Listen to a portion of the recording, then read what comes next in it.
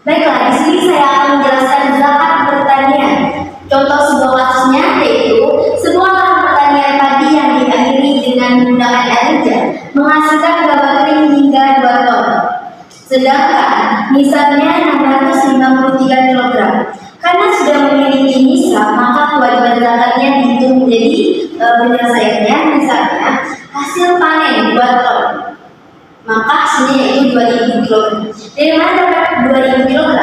Rumusnya yaitu 1 ton sama dengan 1000 kg. Maka 2 ton sama dengan 2 dikali 1000, hasilnya 2000 kg. Jadi kita dapat hasil 2000. Nah, kadar zakat 10% dikarenakan menggunakan air hujan. Makanya 2000 dikali 10% sama dengan 200 kg.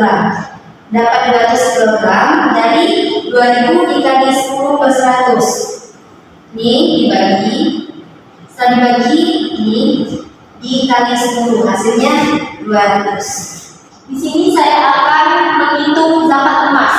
Contoh kasusnya, Aminah memiliki emas sebanyak 100 gram. Harga pasaran emas saat ini kita contohkan saja 100.000. Jadi sebelum menghitung berapa zakat yang harus dikeluarkan Aminah, 100 gram ini harus diubah menjadi rupiah. Penyelesaiannya 100 gram dikali 100.000 sama dengan 10 juta rupiah.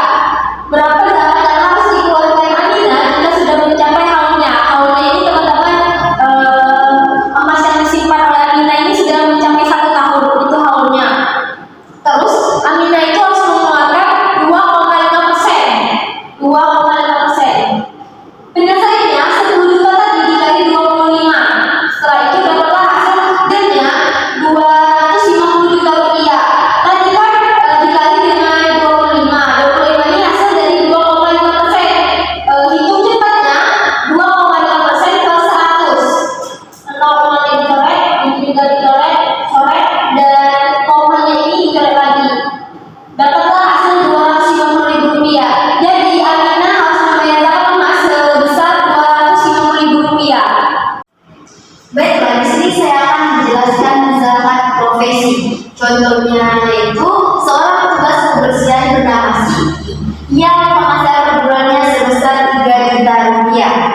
Dikarenakan tidak mencapai nisab yaitu 2,5, maka Siti tidak diwajibkan untuk menunaikan zakat penghasilan dikarenakan gaji per bulannya 3 juta.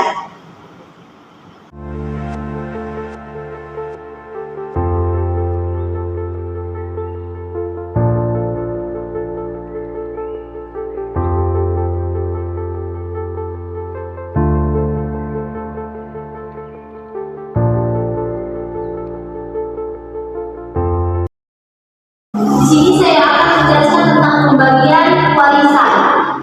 Contoh kasusnya seperti ini.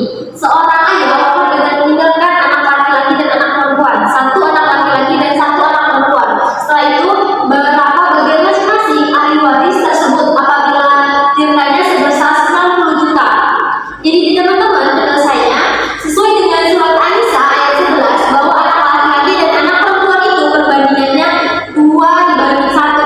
Sehingga asal masalahnya adalah 2 ditambah 1 sama dengan 3. Seperti ini. Jadi bagiannya adalah anak laki-laki dikarenakan 2/3 ini dapat dari 3 dan 2.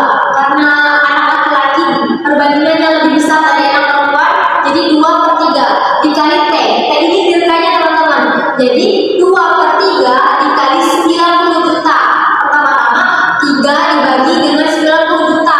Setelah itu dikalikan oleh 2, dapatlah hasilnya 60 juta rupiah.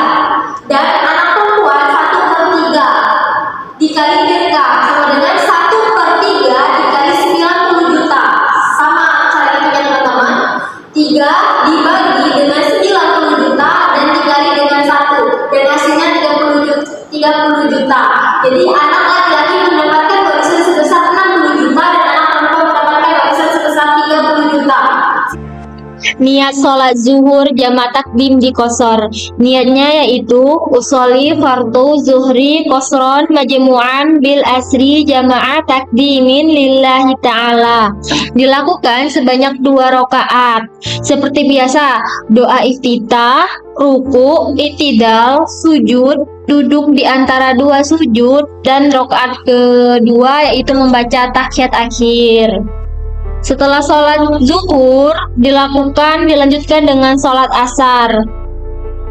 Niatnya usolli fardol asri qasron lillahi ta'ala. Seperti biasa juga membaca doa iftitah, ruku, i'tidal, sujud, duduk di antara 2 sujud, dan rakaat terakhir membaca tahiyat akhir.